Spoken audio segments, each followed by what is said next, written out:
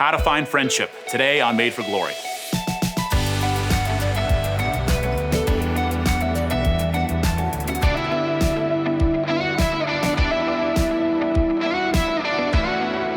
Are you lonely? Do you wish you had friends? Well, today's the episode for you. Finding friends can actually be very, very difficult, particularly in our this day and age where we find it so hard to connect with people. Obviously, we're coming on the tail end of a worldwide pandemic. People have been isolated from each other. They've been in quarantine. We have masks on. We don't go out in public. We don't meet other people. Sometimes we're filled with anxiety and stress about talking to people, about engaging with them. So finding true and authentic friends can be difficult to do. And sometimes people think, is it even worth it? Do I even need close friends? But the reality is that what our faith teaches us and what life teaches us is that yes, you do. In order to become the man or woman, become the person that God has created you to be, to have people around you who are good friends, who help you to experience life in a joyful way, help you to become more yourself, is such a tremendous gift that God desires to give each one of us. The great C.S. Lewis, in his treatise on the four loves, he differentiates the love of friendship, which is philia, from the other types of love.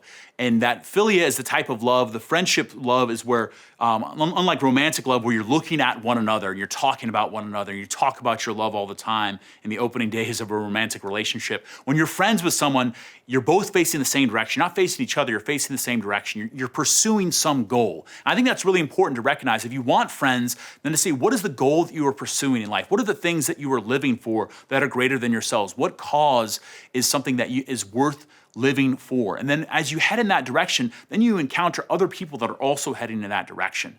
And that begins to change. You begin to ask, as C.S. Lewis would say, oh, I thought I was the only one. I thought I was the only one that cared so much about this. But I find that you care about it too. And there's a kinship, a friendship that grows through that. This chapter from Sirach continues, there is nothing so precious as a faithful friend, and no scales can measure his excellence. A faithful friend is an elixir of life, and those who fear the Lord will find them.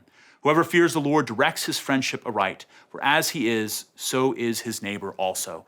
So the last thing then is, if you follow Jesus, you encounter the source of all love and the source of true and authentic friendship.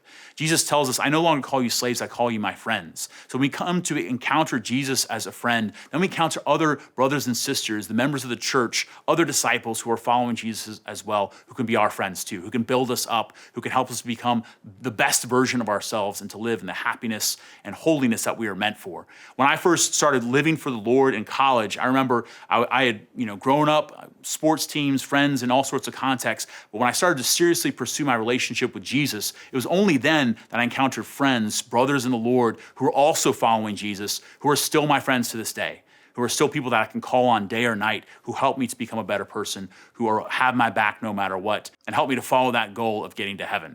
So I hope today that you can experience Jesus' friendship with you, and as you do that you can experience the friendship of other people, helping you and cheering you on to become the person that God has created you to be.